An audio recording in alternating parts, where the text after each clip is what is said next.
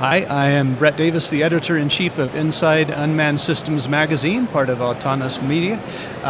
We are here today talking with Dan Walker, the Vice President of Product Management OEM for Teledyne FLIR. And Dan, I went by your booth and you have some great visualization of your products there, and you've brought some things for us to look at. So go ahead and tell us what you've got here. Okay, thank you, Brett. So what I have here is a Boson 640 Boson Plus. This is VGA 12 micron. This product's been around for a while. Last year we announced a significant improvement to the Boson.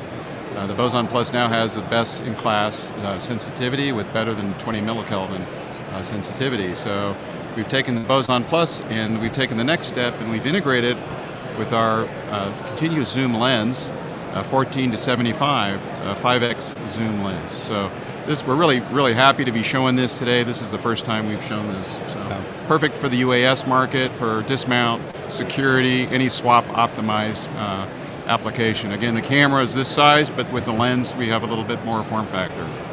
So what kind of range do you get with that lens in terms of distance and being able to see things at range? Yeah, that's a great question. This at the longer focal or the narrower focal length, we can see out to 2 or 3 kilometers, depending on what the object is that you're looking at. And is this the one in your booth where you're looking at the show floor? And it's one of the ones that we're looking at in the booth. That's looking at the show floor. I mean, the beauty of this product is both the camera and the lens are designed for each other. So in a swap optimized environment, oftentimes integrator will buy a camera and then they'll buy a lens and then they'll have to deal with the integration, which sounds easy, but in the thermal space it's not that easy. So both the camera and the lens are designed for each other, so we can optimize MTF and we can get the camera and the lens closer together. We can shed weight off the lens, so we get all the performance in a tighter package.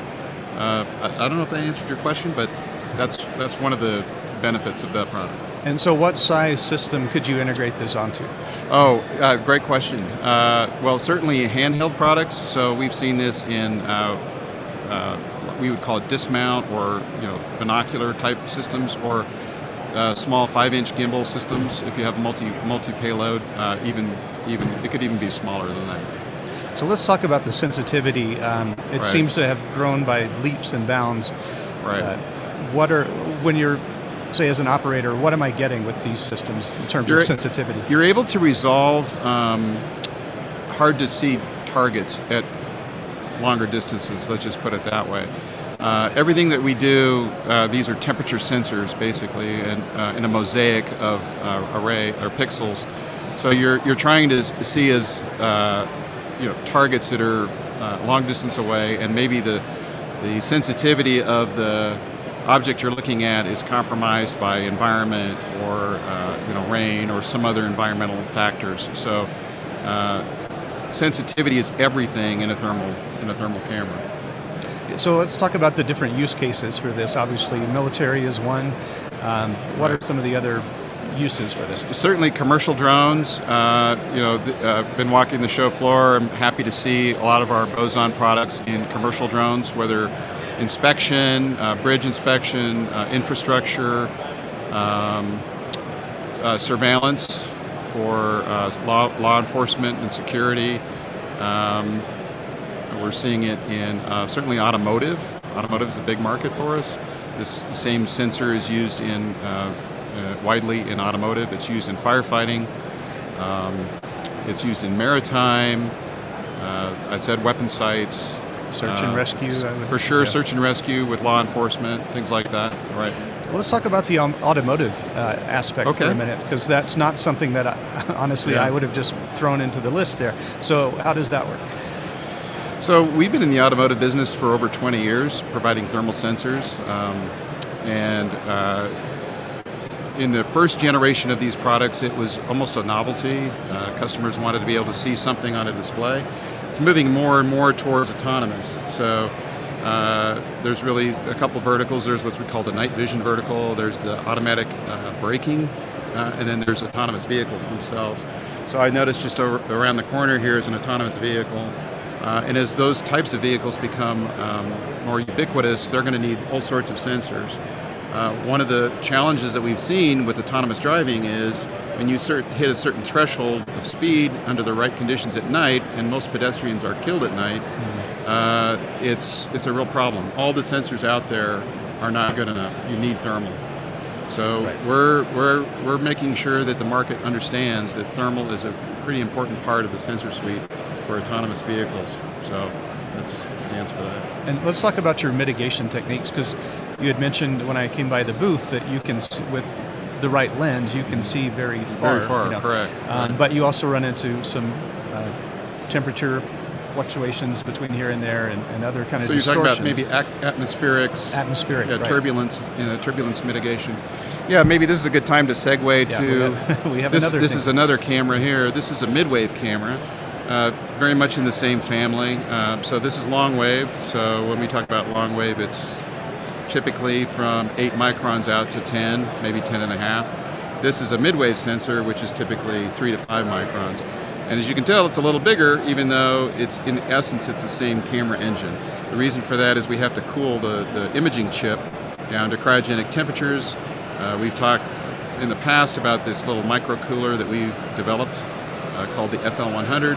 What that allows us to do is cool the chip down to cryogenic temperatures. Now in the midwave, we're able to see with a very similar field of view out several kilometers away, because midwave is quite a bit more sensitive than long wave. Okay. This is the same resolution sensor as this. It's VGA, this is VGA, and this is an F55 system, whereas this is an F1 system. So the cost of the lens starts to become an issue the further out you want to look. So in the case of turbulence mitigation, when you're looking out past, let's say, 6 or 7 kilometers, depending on the environment, you're going to have a lot of waviness in the image. So we're able to actually put turbulence mitigation into another algorithm that's running to take that out and smooth the image. Okay.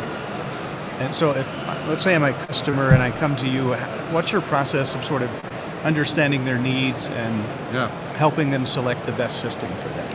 Well, I like to think of it as building blocks. So the chip itself is something that has been around for many years, and it costs quite a bit of money to develop the imaging chip. And then the rest is how we package it and the image processing that goes behind it. In addition to that, now that we have our own vertical integration in the zoom lens area, like I said earlier, we're able to integrate a lens and a camera, design them for each other, and get the right optimal solution for camera and lens. So we take those building blocks, and depending on the application, we're able to perhaps even, in this case, you can see this is a linear lens. We can fold it, we can make it actually more compact, put a mirror in there, we can get it into a tighter spot. We can also go to longer focal lengths. So this same camera has a focal length of 1,000 millimeters, so it'll go out to here. Something like that would see out, past 20 kilometers. So again, it depends on the application. Okay. So how do you see the market going forward? There's more, more systems flying in more conditions, or that's sort of the goal. How do you foresee that market in terms of working with these systems? Well, autonomy is here to stay, right? AI is the other part of this that we see increasingly as important. You can have a lot of different sensors, and then I would say networking those sensors. So we're seeing this in the military space, we're seeing it certainly in the industrial space, where things have to be autonomous. You can't have a person managing these sensors. So for us, we're spending a lot of time and money in the autonomous or AI space. We actually have some products. I would encourage anybody to go by our booth and take a look at our AI product for the ATR, like I said earlier, turbulence mitigation, decision support, all sorts of really interesting things happening in the AI space, and then in the networking of those sensors together, so the platforms are all speaking to each other and making decisions without having a human in the middle of it. Okay. Let's touch once more on one of the use cases. We were talking about infrastructure inspection. How do these work for that sort of application? Yeah, great question. We haven't touched on this. One of the things that some of our customers are interested in the midwave is gas detection. So we'd call that optical gas imaging. there's a certain spectrum in the midwave where methane has a very distinctive signature. So with a special filter in this camera, we are able to detect methane or any hydrocarbon leaks in the 3.4 wavelength. So whether it's fixed surveillance in petrochemical applications or handheld products or drone products flying a pipeline or flying a perimeter of petrogas chemical facility, we're able to detect gas leaks. And that's a very important part of addressing climate change, right? So that type of thing, so sensors for optical gas imaging would be one of them. Okay. So it's just adding more information and, Right. and detecting more information. So do you foresee further flexibility in terms of swaps, making even smaller or We bigger are. as needed? Yeah, that's a great question. I've been in with this company now for 24 years, and this product itself here is actually smaller than the uncooled product that we had 15 years ago. Oh, wow. So we worked really hard on making swap a precondition to any of our new products. There are some new products in the pipeline. We'll be getting much smaller than even this. So stay tuned for that. So I imagine back in the day then that what you brought to show would be considerably larger. Absolutely. Yeah, I remember when these cameras were literally, that big. So. All right. Was there anything else we need to know about these that we didn't get into? Well, I would just say stop by our booth and reach out to any of our sales and product team. We'd be happy to answer your questions. Great. Thanks so much for stopping by today. Thank you for your time. Okay.